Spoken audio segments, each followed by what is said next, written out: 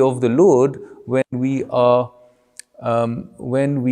ready to accept what He is saying to us. And He speaks to us through the books like the Bhagavad Gita, through discussions like this. So I'm just going to chant a prayer. It might take 1 or 2 minutes. Please be patient. If you feel like closing your eyes, you can close your eyes. If you feel like looking at the Lord there, you can look at the Lordships, and then we will make a little start into chapters 3 and 4.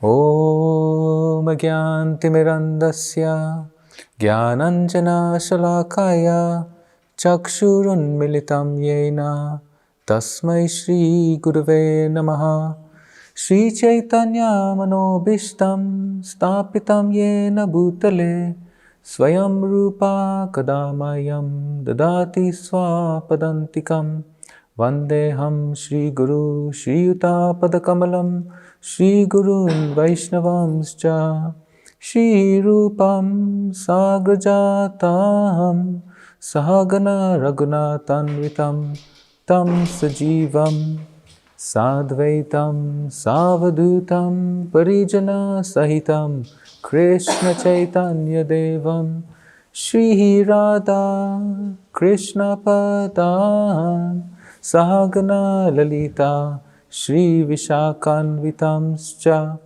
He Krishna Karuna Sindhu Dinabandho Jagatpate Gopesha Gopika Kanta Radha Kanta Namostute Tapta Kanchana Gaurangi Radhe Vrindavaneshwari Vrishabhanu Sute Devi Pranamami Hari Priye Vanchakalpatarubhyascha Kripa Sindhubhya Evacha Patitanam Pavanebhyo Vaishnavebhyo Namo Namaha Shri Krishna Chaitanya Prabhu Nityananda Shri Advaita Gadadhar Srivasadi Gaura Bhakta Vrinda Hare Krishna Krishna Krishna Hare Hare Hare Rama Rama Rama Hare Hare Hare Krishna Krishna Krishna Hare Hare Hare Rama Rama Rama Hare Hare Hare Krishna Krishna Krishna Hare Hare Hare Rama Rama Rama Hare Hare. Thank you very much. So here we are, chapter 3. As Divyesh Bhai pointed out, Arjuna is asking the question, if you think that intelligence is better than work, why do you want me to fight? So Arjuna is confused. So those of us that were there, I wasn't there, but those of us that were there for the last talk in chapters 1 and 2, we would have discussed how Arjuna is totally perplexed. He's in a big dilemma, huge dilemma. Do we ever have a dilemma? We have a dilemma sometimes. We've got to make a decision. I'm going to please these people and not please these people. And there's always something. I'm going to make one kid happy and not the other kid. One parent happy, not the other parent. My boss will be happy, but if I make my boss happy, my wife will be upset because I've got to go to work. And there's so much going on. The material world is full of challenges. And the challenges will never stop. Anyone here never had a problem?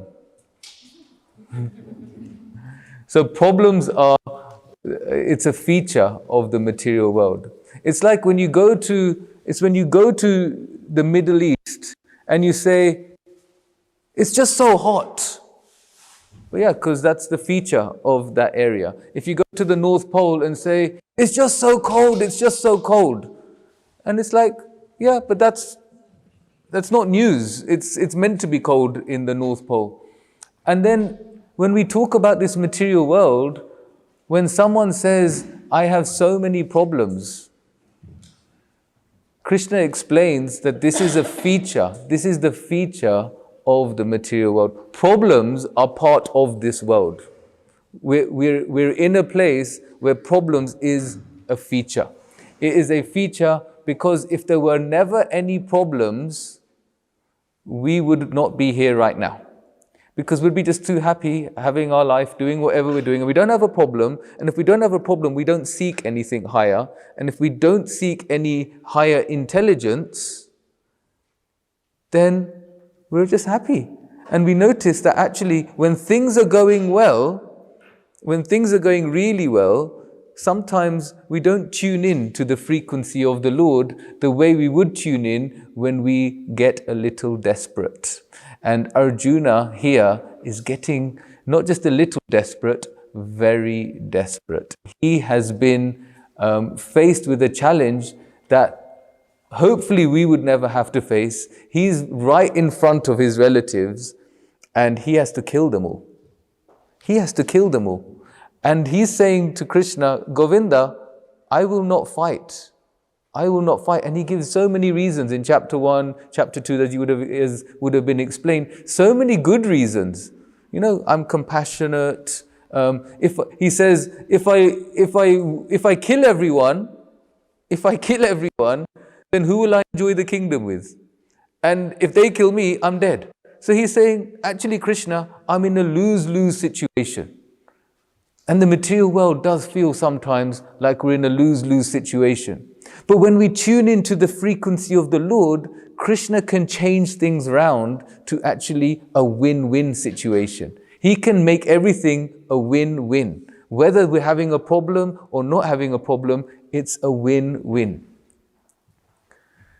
He says, Krishna says to Arjuna, Hatova prapshashe svargam jitova bhakshashe mahim. He says that if you die, you will get a higher destination. And if you win, you'll have this whole kingdom. So why don't you just change your mindset? It's not a lose-lose situation. Actually, it's a win-win situation. A lot of the problems we come across are not as bad as our mind makes it. The mind is so powerful that it makes the situation, whatever situation we're going through, a whole lot worse. And the reason the mind makes the situation a whole lot worse is because we are attached. We are attached to things of this world. It may be gross things and it may be subtle things. So the gross things, we may be attached to our house. We may be attached to our car. We may be attached to our children or our parents. And if something goes wrong, if someone breaks into our house, or even puts a mark on the wall, if a guest comes around and they spill something, and you have to be like, oh, okay, vandane, all right. And after they go, they're like, oh my God, how did this? You know, like you get really into it. So why do we get so upset? Because we're attached to the house. We're attached to something. Or it could be that we're attached to subtle things. We may be attached to what people think of us. How are we perceived in community? How are we perceived in the world? And Krishna says this to Arjuna because he's trying to gear him up to fight. He says to Arjuna, actually, Arjuna, if you leave this battlefield, because he's telling Krishna, I don't want to fight. He says, if you leave this war, if you leave this battlefield, everyone will just think you're a coward. Now he's not saying that as the basis of the Bhagavad Gita. He's just trying to pump him up a bit. Why? Because he knows that for all of us who are going to read the Bhagavad Gita 5,000 years later, like we are right now, we do care about these things. We do care about these things. So what is he saying to Arjuna? He's saying to Arjuna, do the right thing. Do your duty. Don't worry about anything else, but do what is the right thing. And sometimes we don't know what the right thing is because sometimes our dharmas become conflicted. So like an example of when your dharma can be conflicted, it's, let's say tomorrow you have a really big business meeting and you've got to sell a product to your top client. At the same time tomorrow, your child tells you, Daddy, or your parent says to you, Beta, I really need you today. Something's really gone wrong and I really need you. So at this point, your dharmas are conflicted. You got your dharma, your occupation at work. You got another dharma as in your duty towards your family. So when this happens, we're in a dilemma. And we have to then work out what's the right thing to do. So what Arjuna is faced with here is a massive dilemma. He's faced with, okay, so I've got my relatives and I've got to kill them all. Because if I don't kill them all, then what's going to happen is I'm going to have to leave, and the Kauravas, Duryodhan, Dushashan, etc., they are going to take over the kingdom. And if they take over the kingdom, what happens? Krishna tells him that basically what will happen is that enmity will then take over. So Arjuna had a duty to do the right thing. And Krishna is saying to Arjuna, Kamanyavadikaraste mafaleshu kadachana. He says, you have a right to perform your duty. You have a right to perform your duty, but mafaleshu kadachana, don't be attached to the results. Don't be attached to the results. And this is the basis of chapter 3, Karma Yoga, which is don't do something just for the result that it gives you. Because the results in this material world are not permanent. The results in the material world are ashashvatam. They are temporary. So whatever result we get, it will not last. And we know this because when we've achieved something. So let's say when we were younger, when I was younger, I thought, you know what, when I qualify as an accountant, that's it. All my troubles will be over. My parents will get off my case to get study karje, qualification. Okay. So I thought, okay, once I've done that, then everything will be good and everything will be fine. But I remember I qualified, and within a month, I was like, oh my God, another problem's come along.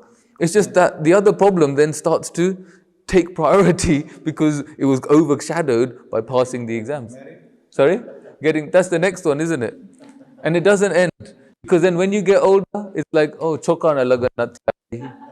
And then when you get even older, the grandchildren, you look at the university, it just will never end, actually. And what happens is, until we tune into the frequency of the Lord, all we're trying to do is put fires out. You know, we're just like walking around with a spray can, just putting a fire out here, a fire out there, a fire out here, a fire out there, because the material world is dukhalayam. The symptom of this material world is problems and misery. It's there. And we don't have to be upset about the fact that that's there. We're here now. You know, we're here, we're in this world. What we can do is try and navigate ourselves so that we can tune in to a higher reality. And a higher reality is going beyond our worldly duties, our swadharma, going beyond our swadharma and connecting to our sanatan dharma. Sanatan dharma means our eternal life, our eternal occupation, our eternal way of life. I remember growing up and I kept hearing the Bhagavad Gita is a way of life. And I didn't understand it much. I just remember that people used to say it and I'd be like, oh, okay, cool. And one thing that I found when I started reading the Bhagavad Gita and when I started studying the Gita a bit more is that the Bhagavad Gita has everything in there.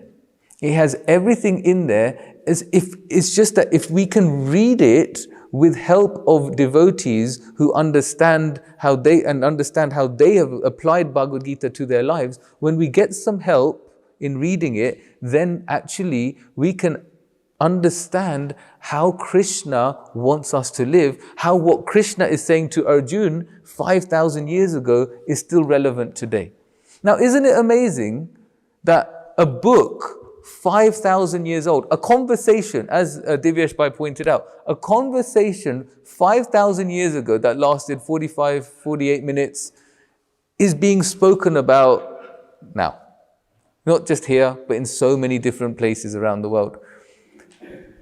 And this is what we mean by Sanatan Dharma. This is eternal religion. Why? Because it lasts. The teachings are permanent and can be applied to different time, place, and circumstance. It can be applied to different time, place, and circumstance as long as we have the right guidance. Now, sometimes we think, well, I don't need anyone. I'll just read the Gita. I'll read the Gita and I'll work it all out myself. But we don't do that with anything else. It's like if you wanted to be a doctor, Divyesh Bhai will tell you, if you want to be a doctor, you can't just take the medical book. You can't just take the medical book and the books and just become a doctor by reading them yourself. You need a teacher. You need to go to UCL or somewhere like that and understand through other teachers who have understood medicine. And when they've understood medicine and they are good doctors themselves, they can teach us to be good doctors. And it works with everything. I teach accounting, so that's my profession. And if everyone could understand accounting without a teacher, then I wouldn't have a job. Because so the world requires guidance in different areas of life. Even to be a politician, even to divide and conquer, you need someone to teach you how to do that. So what to speak of how to connect with Krishna on a deep level. How to connect with him on a deep level. So we take the guidance of the Gita through other teachers, and what we can then understand is how the Gita is applicable to us.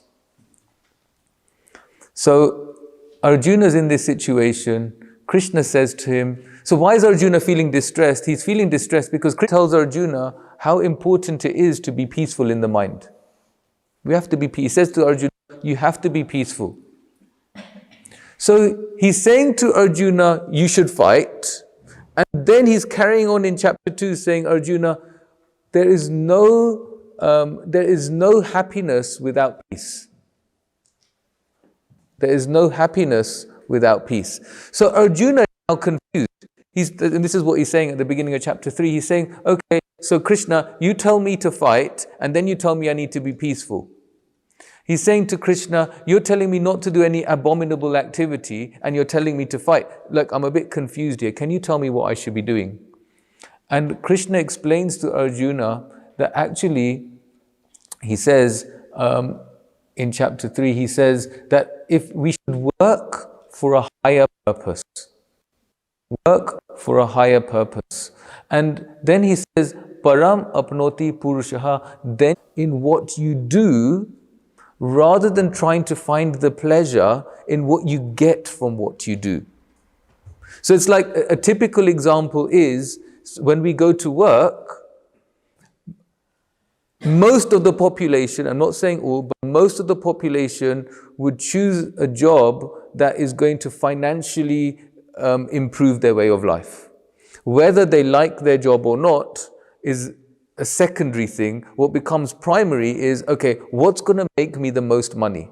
So then what happens is we're doing our work because we're just attached to what comes, and then I'll get the money, and then when I get the money, I'll get the house, and then I'll get the car, and then I'll get to do this, and I'll get to do that. But what happens is we're then chasing something that dushparena, Krishna explains it. Dushparena means it's never ending.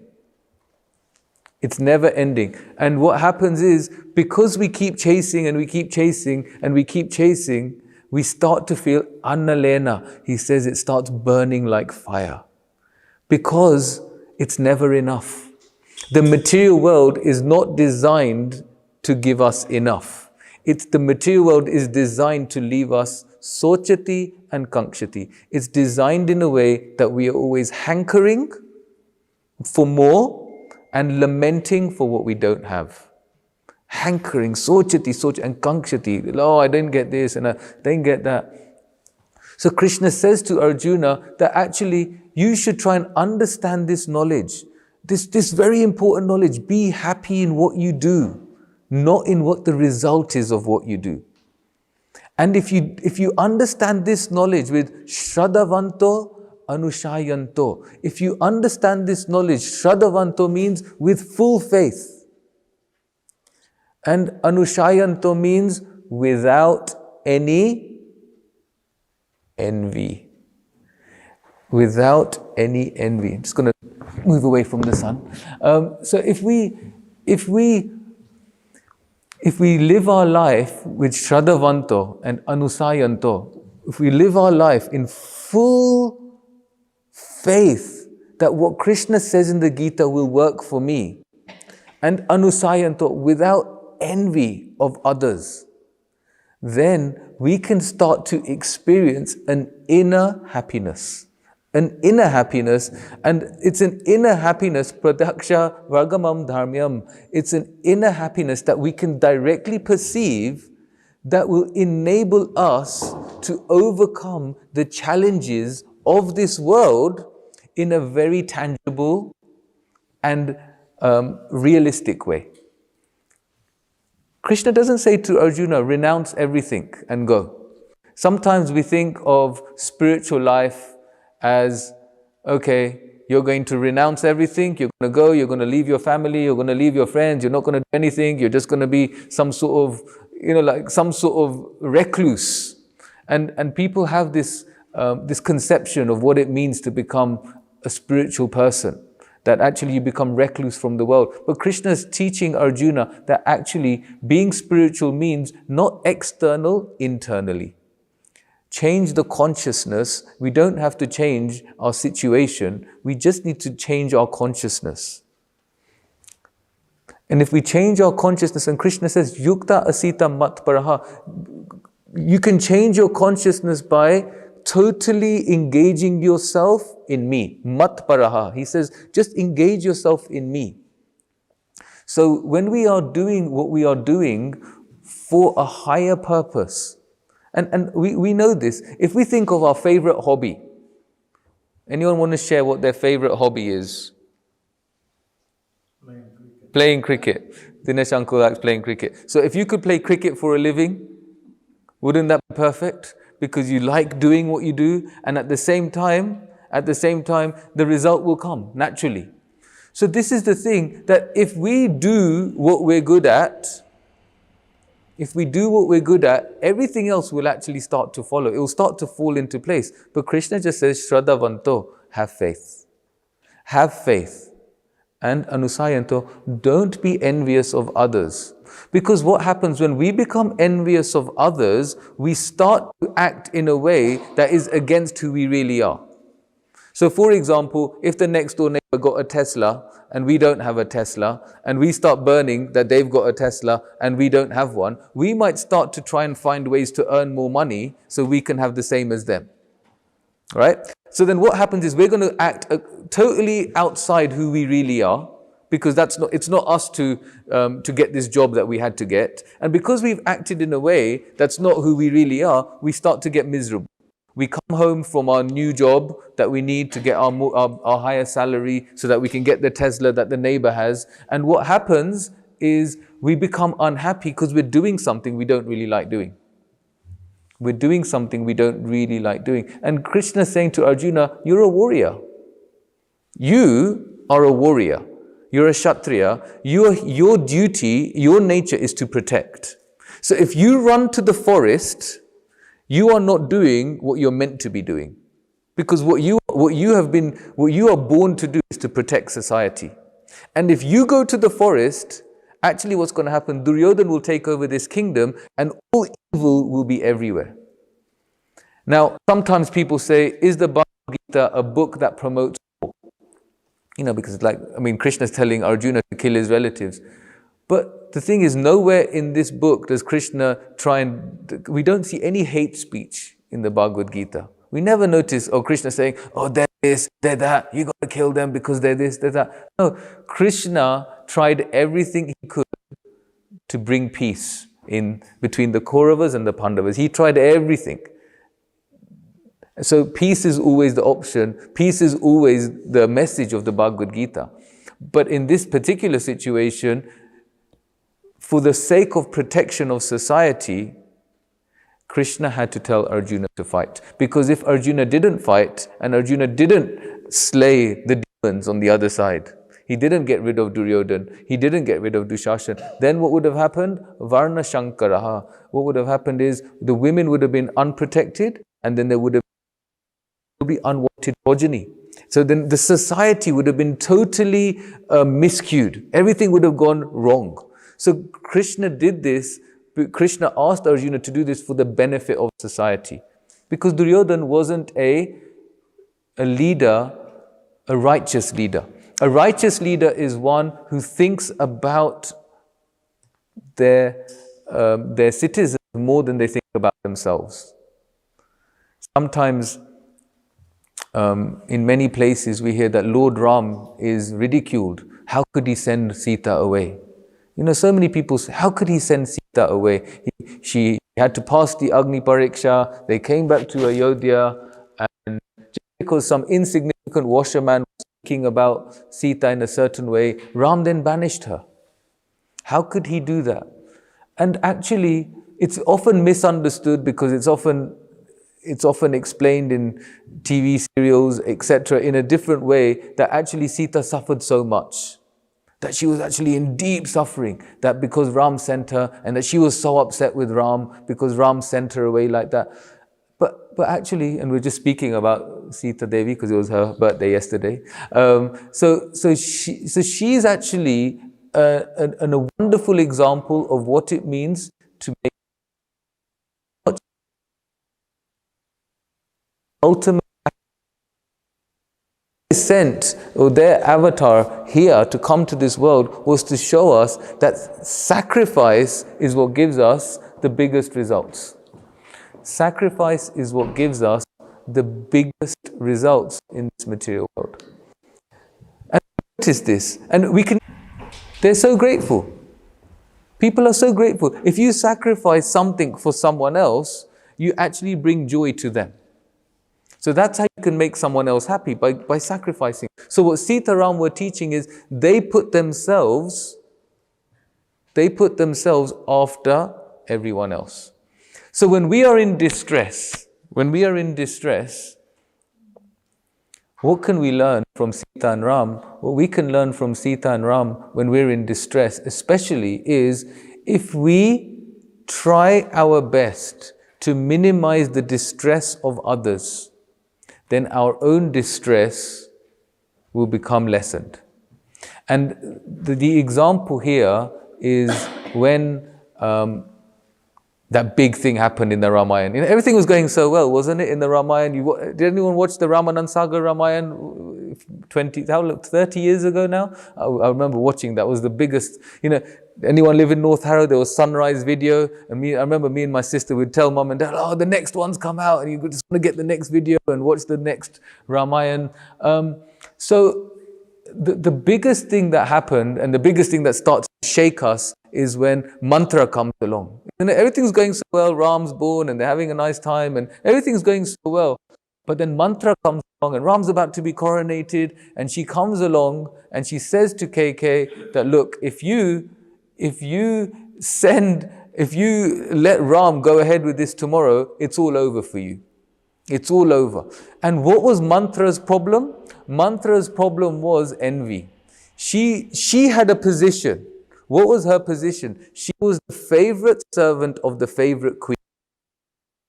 Favorite servant of the favorite queen. Now, as soon as Ram becomes king, she starts to worry that Kaushalya will then become the favorite queen, and therefore there'll be another favorite servant of the favorite queen, and all those rights that Mantra has, she wouldn't have them anymore.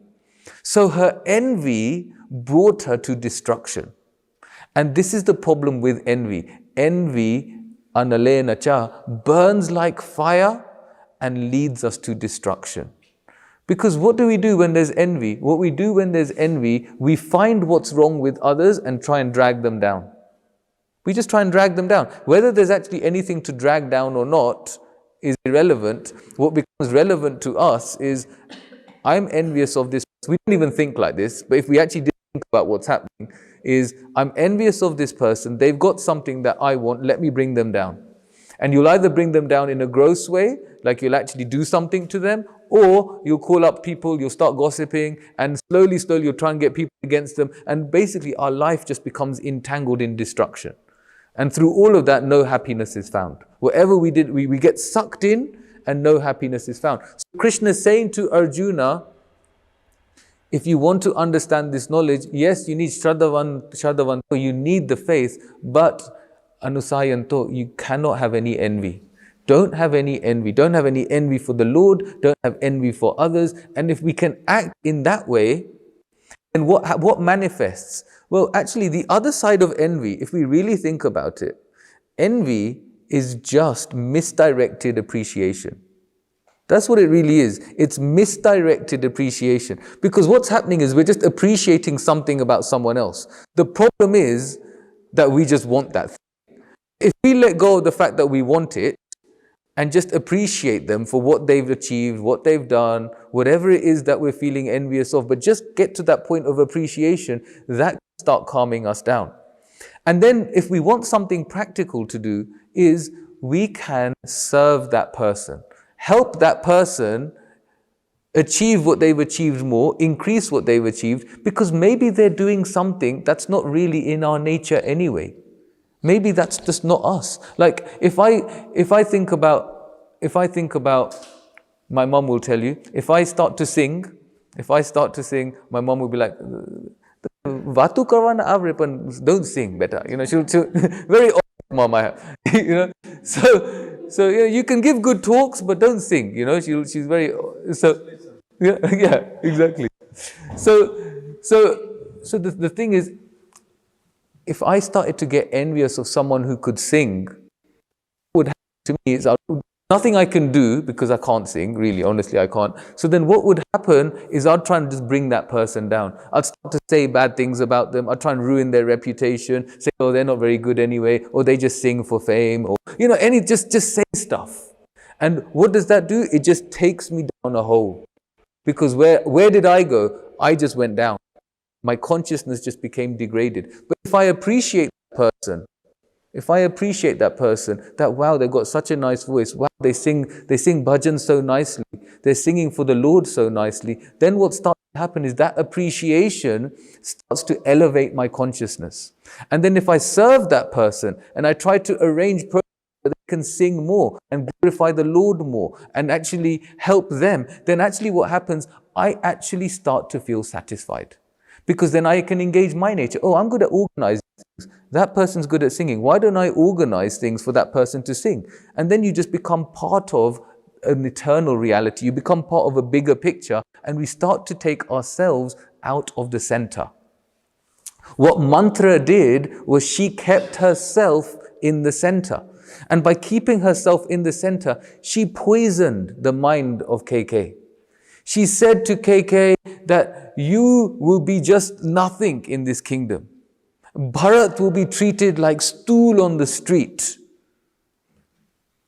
Do not let this coronation happen. And at the beginning, KK was absolutely flabbergasted. She thought there is no way.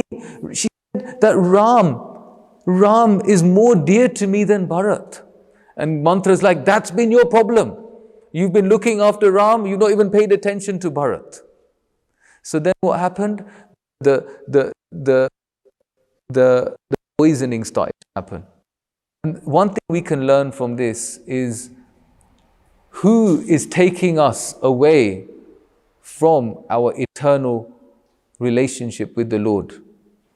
And if anyone is trying to take us away from our eternal relationship with the Lord, then we can respectfully have distance from them because the eternal relationship with the Lord is what's actually going to give us satisfaction. It doesn't mean start to hate anyone. We can love everyone. We can be friendly with everyone. We should be friendly with everyone. We should be kind to everyone. We should have these feelings of love towards everyone. But at the same time, we haven't got many years. Some of you are younger than me, some of you are older. But I turned 40 a few months ago, and I start to think, where did all that time go? Where did all that time go so fast? It's like, and it's really, and time, it's so because you're young, worrying about getting old, and then you're old. And that happened, that just happened so quickly. That just happens so quickly. And then what we try and do is we try and chase our youth for a little while. People have midlife crisis, get my hair dyed. I want to get my hair dyed. But we try and do things to try and buy back our youth. We try and buy back our youth. My wife was telling me the other day she wants to dye her hair gold, and I'm like, you're only 35, you're okay, just wait a little while. So the point is that we're trying to buy back our youth because we're not accepting that we don't have many years. But if we're really honest with ourselves, for me, if 40 years have gone that quick, gone really quick, and there's no guarantee I'll live another 40, that means I've really got to get serious about my eternal life. I've got to get serious about my Sanatana Dharma, because however much I've chased my Swadharma, and we try and put things in place, and we have to put things in place. Have a good family, have your occupation, have the car you can drive, and have a house, and have all these things going on. It's never going to be enough. The jigsaw puzzle will always have a few pieces missing. But when we are focusing on our Sanatana Dharma, then what happens is the Pratyaksha Vargamam Dharmyam, this inner direct perception of satisfaction starts to take place. And when we start to feel that inner satisfaction, even though there is a few pieces in the jigsaw missing in our material life, we can live with that quite happily, because we're experiencing something on a higher frequency. And when we're experiencing something on a higher frequency, then it's okay. We can't have everything anyway. Once we have everything, something will go missing, or we'll want something else that we can't have, because that's the nature. Again, we're talking about the nature of this world. It's cold in the North Pole, it's hot in the Middle East, and there's just misery in the material world. It's just the way it is. It's a symptom. The Bhagavad Gita says it. So mantra, I need to know the time. What time do I finish, Divyesh Prabhu? Quarter past. Okay, fine. So time goes so quick when I'm talking, doesn't it? Okay,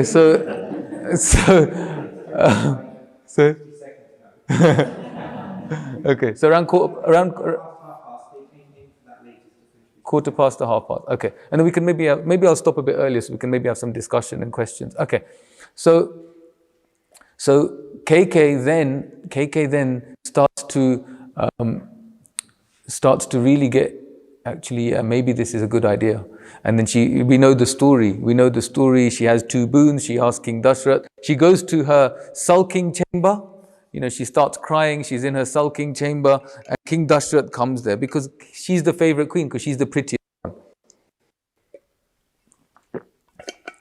I really like this idea of a sulking chamber, because I never know when my wife is upset with me. I just don't, and then so the good news about Treta Yuga is they go to a sulking chamber, and at least there's something wrong, because they've gone there.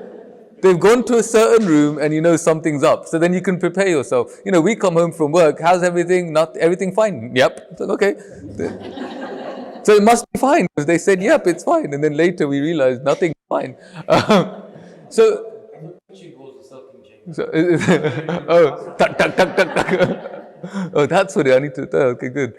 So the thing is, so he went into that sulking chamber, and she starts to say what she's upset about, and then she shattered. It said that his heart shattered to pieces. His heart shattered to pieces. King Dashrath, he didn't want to send Ram away.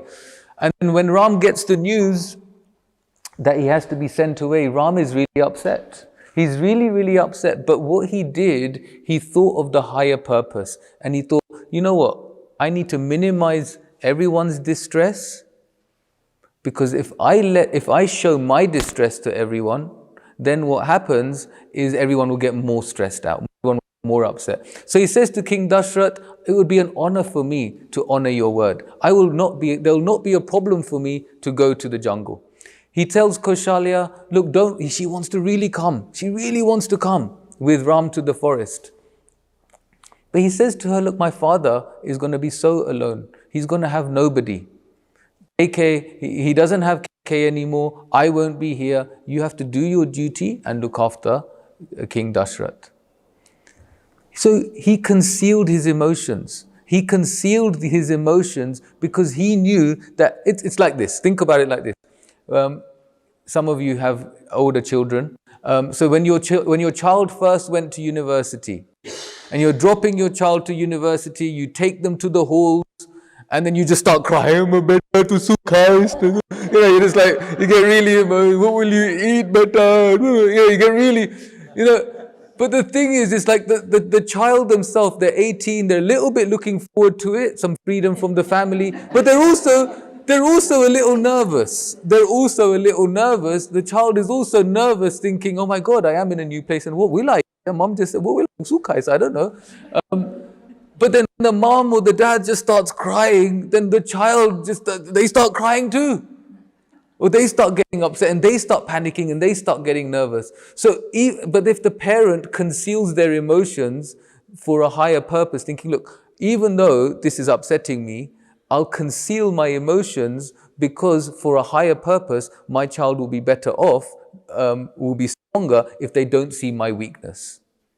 Now, that's not to say that we need to be suppressed or we need to be repressed. Krishna tells Arjuna actually, what repression accomplish. So it doesn't mean we need to be repressed, but we find the right time to let out our stuff to a suitable person that we can trust. And because everyone needs to talk, it's good to talk, as they say, so we should talk. If we conceal, if we keep everything in, then what happens, that suppression, that repression, then can lead to health problems, can lead to mental anguish, it can lead to lots of complications. And actually it can result in karma and krodha, lust and anger, which is then what Krishna speaks about at the end of the 3rd chapter. So then Arjuna asks Krishna, okay, this is really great knowledge. At the beginning of the 4th chapter, this is really amazing knowledge, and Krishna is saying, yeah, I've been saying this knowledge for, I said the knowledge to the sun god. I've been saying this knowledge for millions of lifetimes. And Arjuna kind of asks a question. He says to Krishna, well, hold on a second. You're born now. You're here right now with me. Vivashvan, the sun god, he's like millions of years ago. So how can I understand that you gave this knowledge to Vivashvan, the sun god, when you're just born right now? And then Krishna tells Arjuna that, look, many, many lifetimes have passed. I remember all of them, but you don't. And that's our situation. We are in one life out of many. We get really engrossed in this life, but this is one life out of many lives. And he's saying to Arjuna that I remember all the years, all the past, I remember the present, and I know what's going to happen in the future. And he's saying to Arjuna, these people are already dead. So be an instrument. Be an instrument. And this is the thing about doing the right thing. It means don't be attached to the result of what we're going to get. Just do the right thing. And that's what he's trying to tell Arjuna. Just do the right thing. And that's what Ram was doing. Ram was doing the right thing. He went to the forest. Sita said, I don't want to leave you. To me, if you leave, then this place is hell. This Ayodhya becomes hell for me if you're not here. So she forced Ram, in one sense, to let her come along. And Ram didn't want her to come. In one level, the Shastra has many layers, the scriptures have many layers. One level he didn't want her to come is he didn't want her to suffer the scorching heat and when it's summer, the freezing cold when it's winter, eating forest food. He didn't want her to suffer.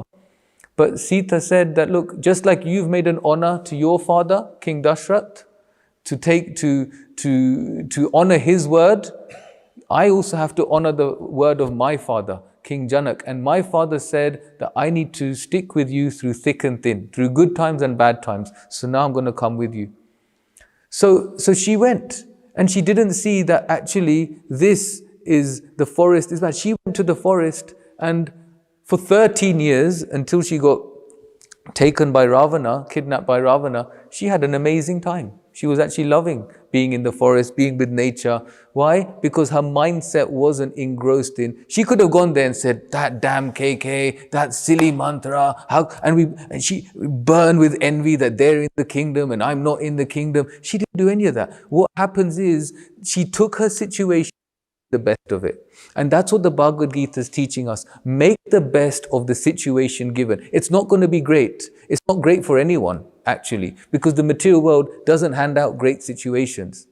It doesn't hand out great situations. And we can look at others and think their situation's better. We can look at others. I can look at my brother-in-law, he's also Kunal, and say, oh, he's so much better looking than me. He's got a nicer car than me. But it doesn't, if I get engrossed in that, then I'll become miserable. I will suffer. And if we live our life worrying and comparing ourselves to others and burning with that analena, burning with that envy of what others have, then we'll never be able to focus on doing the right thing. So then Krishna explains to Arjuna that I come here for two reasons. Paritranaya sadhanam vinashayacha duskritam. I come here to protect the devotees. So in this Bhagavad Gita, he's annihilating the miscreants. In this war, he is protecting the Pandavas. The Pandavas, time after time after time. If we think about what they went through, they were in a house. They got Duryodhana set that house on fire.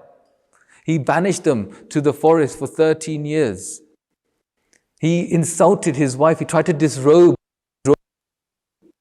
Shashan tried to disrobe Draupadi. So much came upon them. And what did Queen Kunti say? The mother of the Pandavas, what did she say? She said, Krishna, give me calamity after calamity, because it's in this calamity that I'm remembering you the most. Because when I remember you, that happiness within cannot be described anywhere in this world. That inner satisfaction, dharmaksha patamam, that inner happiness, that spiritual happiness that we can experience, we cannot describe it. It needs to be experienced. So she is saying to Krishna, let misery come upon me again and again and again, because in that state, all I'm doing is depending on you and remembering you. And I remember when I was doing my exams, when I think about when I was doing my exams, I remember just being, it was in 2000, I remember especially my finals, 2004, 2005, and I just remember being intensely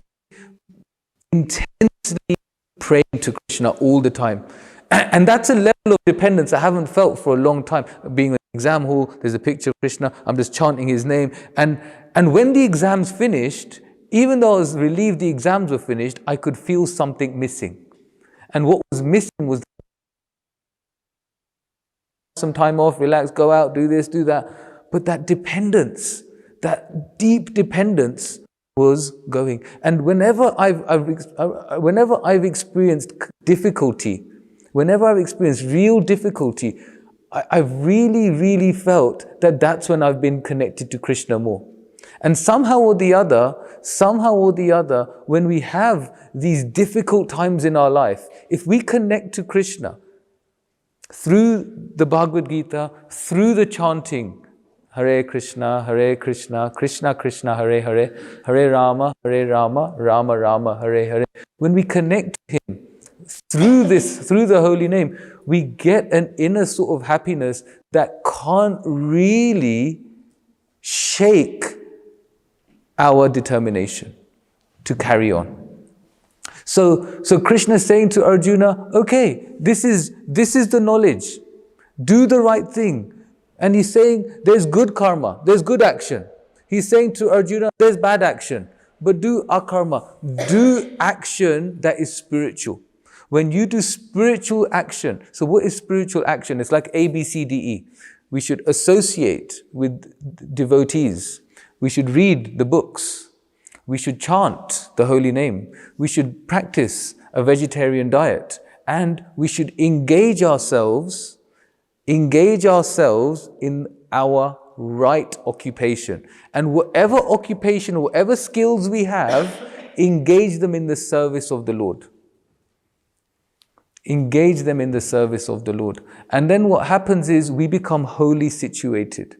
And Krishna is giving this knowledge, and he ends chapter 4. So he ends chapter 4 with giving this knowledge about karma. He starts to say, Tadvidi pranipatena. So he says, approach a guru, approach a spiritual teacher.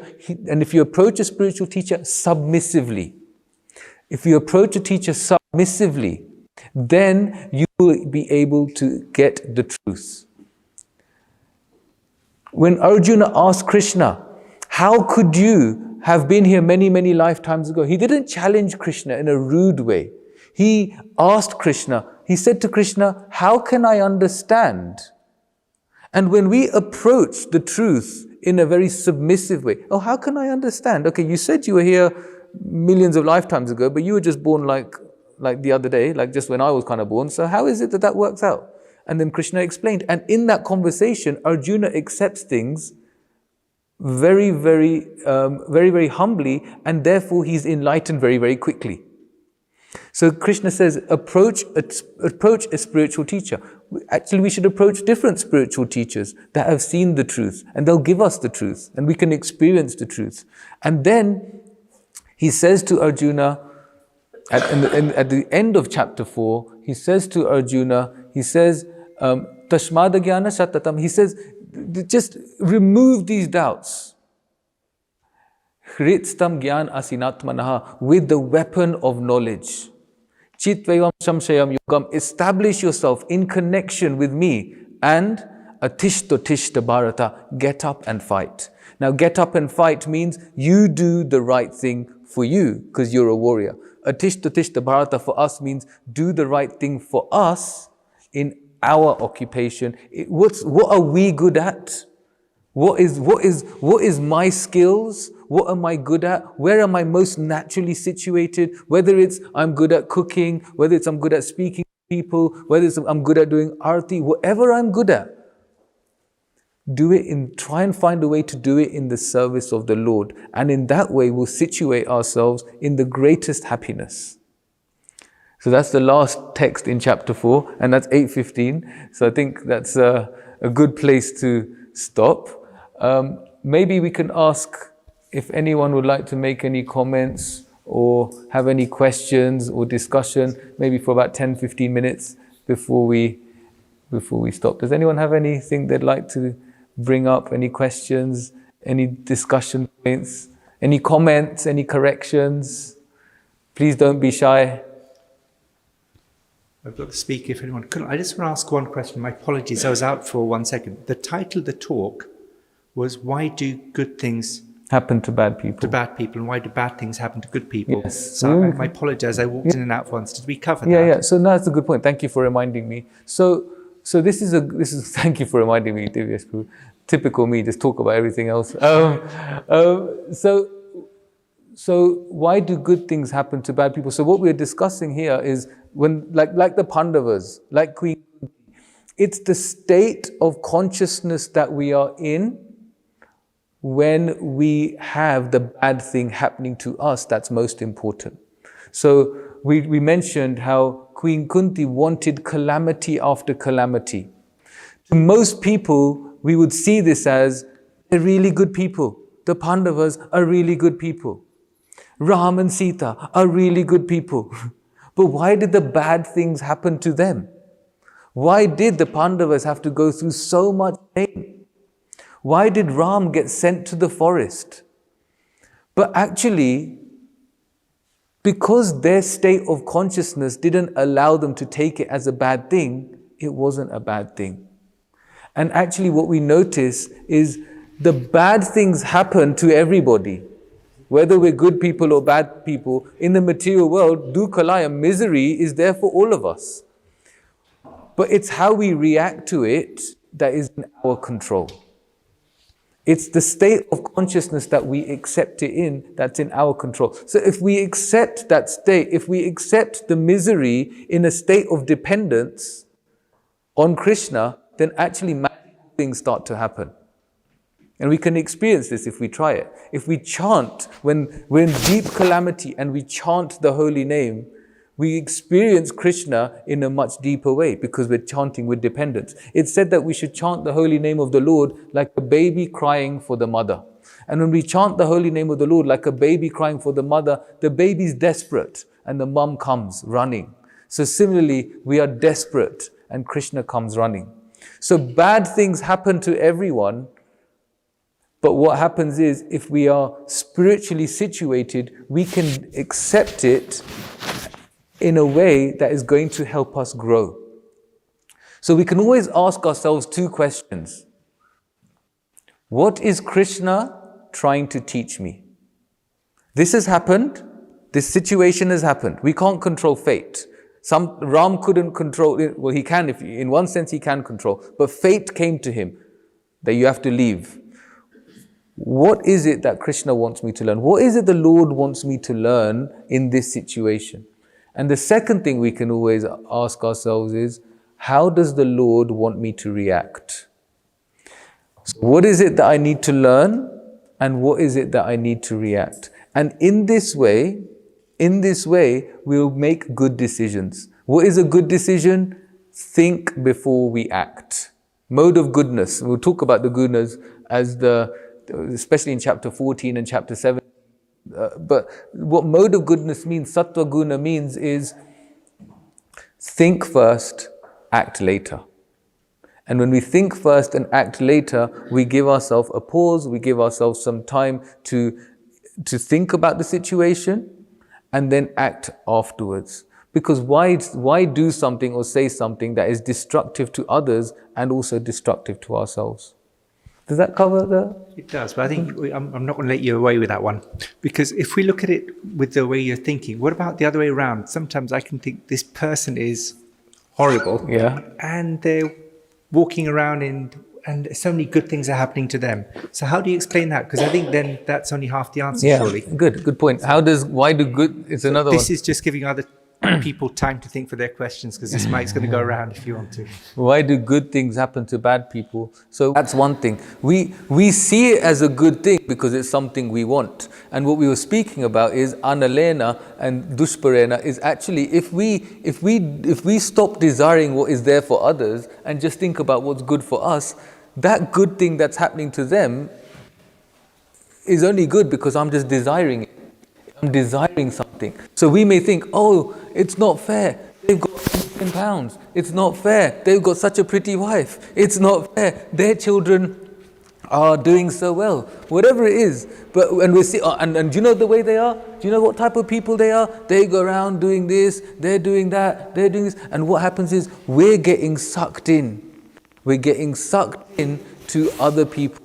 So when we start to even go down that route of thinking, why do good things happen to bad people, when we're not thinking about ourselves, actually what we're doing is we're actually comparing ourselves to others too much.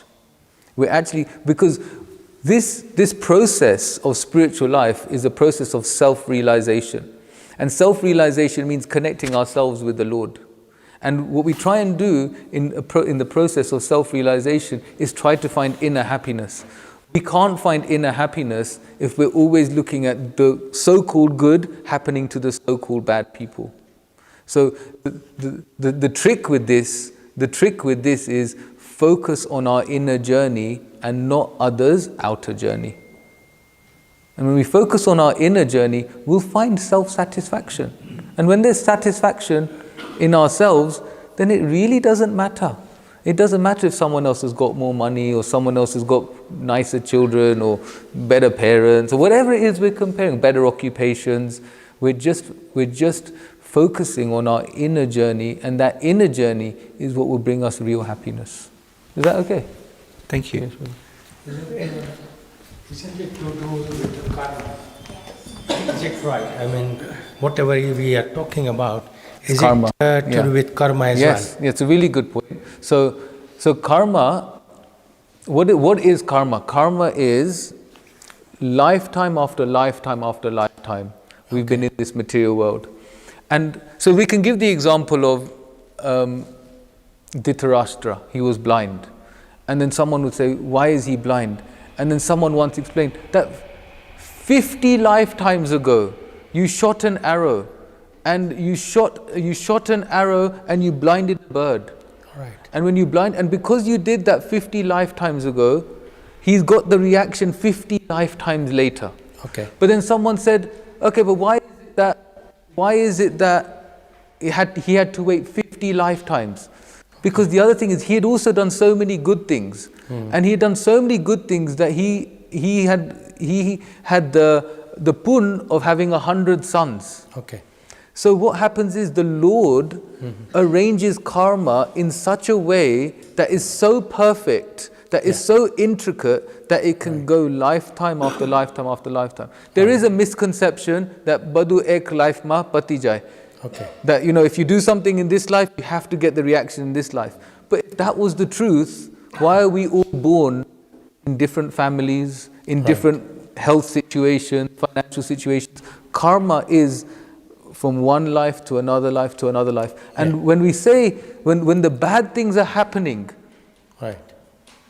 if we can, Lord Brahma prays to Krishna, and he says that any person who pays obeisances to you time and time again, and accepting that anything wrong happening is just a reaction of my past misdeeds, that person can have a right, has a right to be with you. So yes, it's a really good point you're making. It is to do with karma. Yeah. And it goes back to the point we said earlier. Our fate, our life is a reaction to our past misdeeds or past actions. Right. But what can we do about it now? And that's where we say, what does Krishna want me to learn?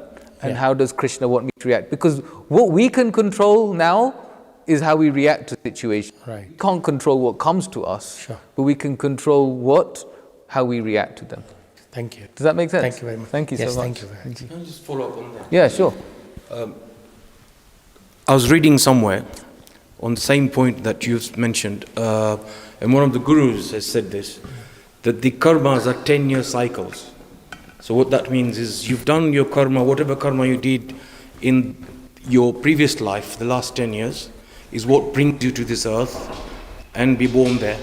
But once you get to your 20s, your actions of 2030 will reflect 30-40, 30-40, 30-50, and then the last 10 years take you to the next life. I don't know how true it is, and these are Hindu, well-known priests said that. Wow. I mean, it may be. I've not read that anywhere. But from the example we just gave of Dhritarashtra, that he had a reaction from 50 lifetimes ago. So maybe it's, but I've not personally read that anywhere or heard that anywhere. But it'll be good to know where that came from, and If I get hold of him, I'll ask. yeah, please. In this lifetime.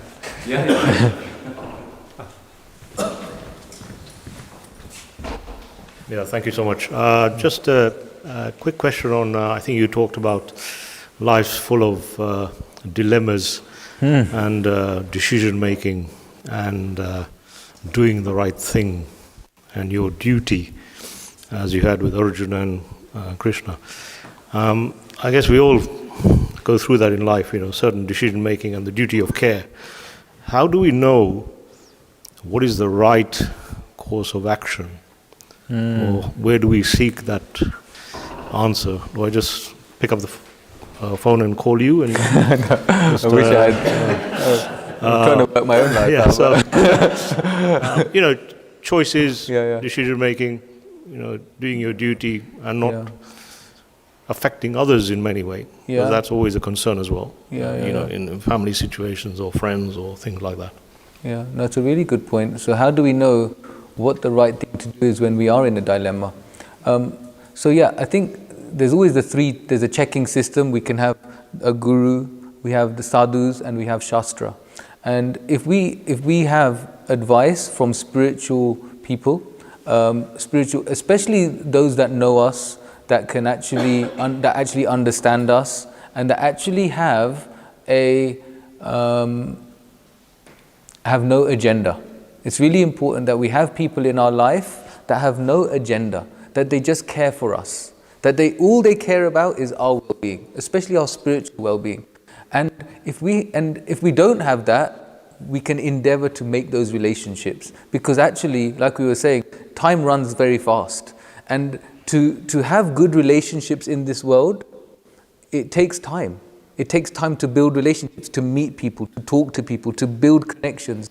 And if we build connections with those that are spiritual, if we build connections with spiritually minded people that care for us and that love us and can connect with us, then we can seek their guidance, and we can always check that their guidance is not misguided, because it should be in line with the scriptures. And then when we have that, we know we've checked everything, and the guidance I'm getting is coming from a higher place. And it should also sit well with us. It's not that we get some guidance. You know, some religious people, they get guidance, you should blow up this place and commit suicide and you will go to heaven. But if we heard that sort of advice, we would be thinking, well, that doesn't really sit well with me. You know, that doesn't seem it doesn't say that in scripture, and that's why it shouldn't just be one person. It should be maybe a few people who are in line with what has been said to us, and then we can think, actually, yeah, it sits well with me. The sadhus are saying this, the scriptures are saying this. I'll do this, and then what happens? Krishna sends his protection, because we've done things the right way, and when we do things the right way, Krishna says that it feels like, it can feel like poison at the beginning, but it feels like nectar at the end. And what he says about when we do things irrationally, without proper guidance, without proper advice, when we act before we think, it feels like nectar at the beginning, but then it feels like poison at the end.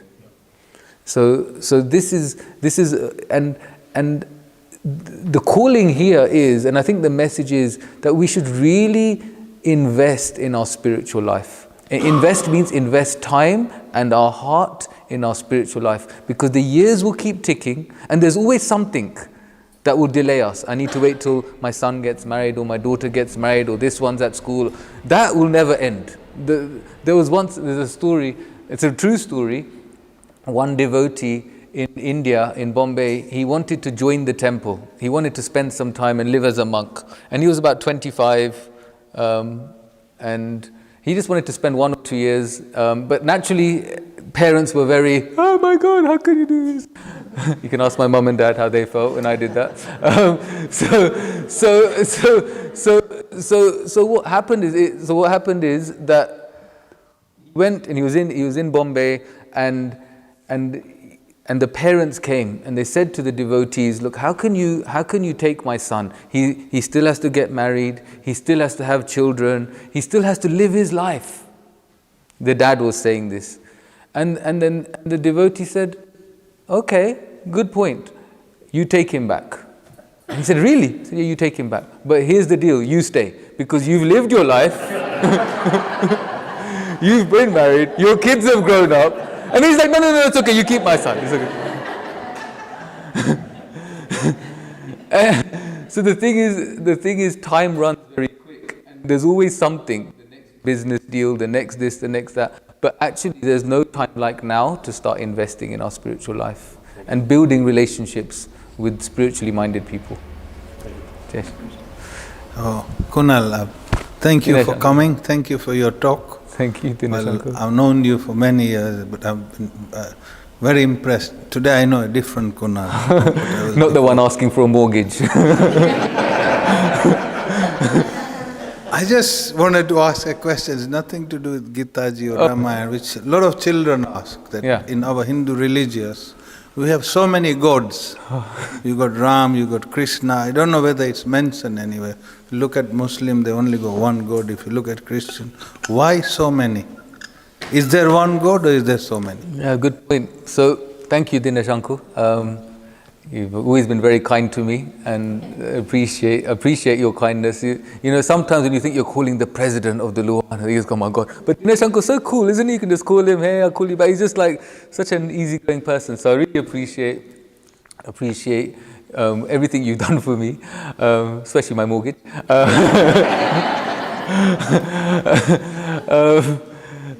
Yes, it's a good. So the Sanatan Dharma means.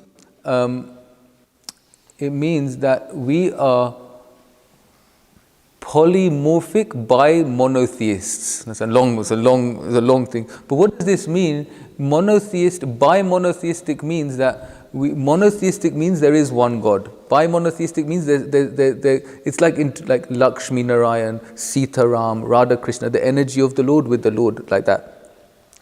And what it means is that we can approach the Lord in different ways. And Krishna says actually that he has devtas, demigods, devtas, and devtas are running the material universe on his behalf. So just like you have a president and then you have members of parliament, and the members of parliament are in charge of different departments. So you have Department of Education, so that for the Lord is Saraswati. You have department, so different departments. So we have department for weather, Indra, so different demigods are in charge of different departments, different members of parliaments. But there's only one Supreme Lord. And in the Shastra, in the Bhagavad Gita, Krishna says himself, and he declares it over and over again, he says that I am that person. So he says, I am that person. And what happens is he does come, so he comes as Ram, he comes as Vishnu, and we can see in different ways that Vishnu is there. That's okay, that we can have those different ways of looking at it, but there can only be one Lord. Because if we were to have many gods and they were all the same, then what we're actually saying is you just take your pick. You choose who is God. It's like saying you wake up one morning and you just choose who your parents are. We can't choose them. Right? We can't choose them. They are, your parents are your parents. So similarly, the Supreme Lord is the Supreme Lord. But he comes, he allows himself to be worshipped in different ways. So he allows himself to be worshipped as Allah. He allows himself to be worshipped as Jesus. He allows himself to be worshipped in different ways so that people with different states of consciousness can still approach him. If you think about Sanatan Dharma, we're just so fortunate that we've come across this, because in no other religion does it talk about what God does. And in the Srimad Bhagavatam, it talks about Radha and Krishna, they're in the spiritual world, what the cowherd boys are doing, they go to the forest, what Mother Yashoda is doing, and she's churning the butter and she's waiting for Krishna, and then she bathes Krishna. In no other religion will you get so much intricate detail of the Lord, his pastimes, what he looks like, his activities. That's only given to us in the Srimad Bhagavatam and through our Sanatan Dharma. And other religions are needed because sometimes we cannot approach, we can't do a PhD before we've done a degree. We can't do a degree until we've done our A-levels. We can't do our A-levels until we've done GCSE, and we can't do GCSE until we've done primary. So if we are studying a different philosophy or a different faith, that's still bringing us closer to God. But but some people are not ready for the full whack. God looks like this, and he plays the flute, and he does, because they'll be like, no, that's too much for me. Actually, let me just focus on do good deeds, and what happens? Do good deeds, don't do bad deeds, go to heaven or go to hell. It's quite simplistic, but it's still really good. Because unless that was there, they cannot make spiritual elevation. And that's why we have lifetime after lifetime after lifetime. And what happens is life after life after life, we get this opportunity to understand Krishna as he says in the Bhagavad Gita. So actually, we're just really fortunate that Krishna has given himself to us in such an accessible way. I could talk about this for 2 hours, but I should maybe stop on that. But does that make sense? One last question, sure. If that's okay. And if anyone wants to ask questions privately, even afterwards, maybe. So Jay, take the last question. Thanks, Gunnar. Thanks for the talk. It was really good. I just wanted to go back to the point about dharma, duty. Yeah. So I feel like at different stages in your life, your dharma changes. And one way of deciding whether you're making the right decision according to your dharma is having clarity on what the goals are according to your dharma. So before marriage, it might be your occupation, your parents, your friends. And then after marriage and having kids, the wife tends to go quite high up. And then kids and occupation. And also, like, during your day, like you said, you can have different or conflicting dilemmas that go with different parts of your dharma. My question is there clarity, or how do you know if you followed your dharma? And is the goal of following your dharma happiness? And if it is happiness just the absence of unhappiness or absence of or joyness? How do you get there? And is there a way of knowing? Okay, thank you, Jay. It's a really, really good point. So is happiness an absence of unhappiness? Well, in the Mahabharata, it said that actually just like what you said, that actually darkness is an absence of light. You know, so similarly, in this material world, happiness is just an absence of misery. In this material world, and when we're acting on a material platform, then happiness is just a lack of happiness is just putting out a fire. But actually, what we were speaking about is this inner happiness, and how do we know we're doing our dharma? One thing is, if we are tuned in, internally we'll feel something that is there. But sometimes we're not always able to perceive it, and the reason we can't always perceive this is because the mind is very powerful, and the mind can convince you that it's your inner perception when it isn't your inner perception, it's just your mind. So that's why it's really, really important to have close friendships and close association. It's such a big thing, because unless we have that guidance, then we can convince ourselves that what I'm doing is the right thing, even though it's not the right thing. Yeah, the dharmas will be conflicting, and like you said, in the day, the dharmas conflict. Like Ram, he had a massive dharma conflict. He had his dharma as a husband, and he had a dharma as a king. And because he came to this material world to show what it means to be an ideal king, and he came to this material world to show that sacrifice is the most important thing. He sacrificed. It's not just that Sita went to the forest and Ram had a good time. You know, he had to sacrifice, for him, a massive sacrifice. He had to leave, he had to sacrifice his wife who was pregnant. He had to sacrifice that for a higher purpose. So, but what happens is, when we make these sacrifices for a higher purpose, if we're in good guidance, and again it comes back to guidance where the people don't have an agenda and they care for our welfare, when we have good guidance and it's not going against the Shastra, then we know we're doing the right thing. And sometimes doing the right thing it's not going to please everyone. We just try and manage them in such a way that we just always focus on the right thing. Does that make sense? Thank you. Jai Shri Krishna. So we just want to thank you for this initial opportunity to give a Kunal Katek to our hands.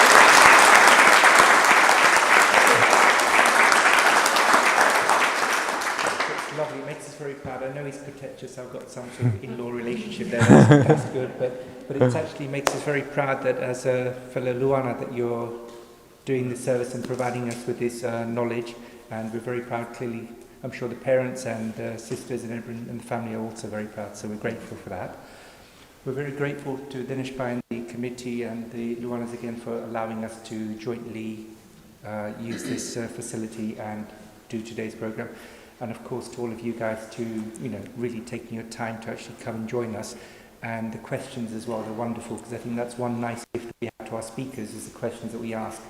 And that really generates everything. Special thanks again to Jyoti Ben, who is, as ever, he organises everything in the background.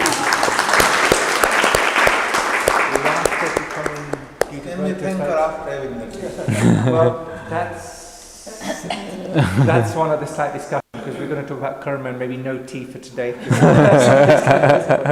Unfortunately, there's been a slight problem with the kettle, but we've got refreshments, water, and we've got some biscuits in that. And but beyond that, don't worry. I think we've had a perfect example of why do bad things happen to good But I'm going to leave it at that. But one more thing. So we were looking at the dates. I'd initially put down 2nd of June as my next date, but then I've been told that's the Jubilee weekend. Yes. So I'm not sure if that's going to be sensible. Then the next weekend after that's going to be 29th of June. So I just want, with your permission, we'll go for the 29th of June if that's okay. And we'll tell you every time the next date, because we'll have a couple of pauses as well. 2nd June, we have a program in the afternoon, evening if you want to do it. It'll be difficult. I think everyone may be caught up. So we'll do 29th of June. We'll circulate the information around, and Thank you again, and if any more Because questions, people like him, he's not on the register, there's Narendra. No, Jay put on. So my apologies. Whoever is not on the register, just come to us at the back, and we'll take that. But I forgot as well. We got some Bhagavad Gitas at the back. They have been sponsored by somebody. So if somebody wants to take one, please feel free. And maybe what we can do, we got chapters 5 and 6. One small suggestion is if you got the Bhagavad Gita at home, at least just read the translation. So when you come here, then you can really grill the speakers and give them a tough time. Okay. Hare Krishna. Thank you, everyone. Thank you. It's okay. Oh, one other thing, sorry. Kunal is also doing several talks. He's also doing a talk on the Srimad Bhagavatam. So we've heard that the Srimad Bhagavatam is the Krishna Leela and all the incarnations of Lord Vishnu, but he's also doing a talk on that. So what we'll do, maybe we'll share the date for that in case anyone wants to watch him on YouTube. Okay? Thank you.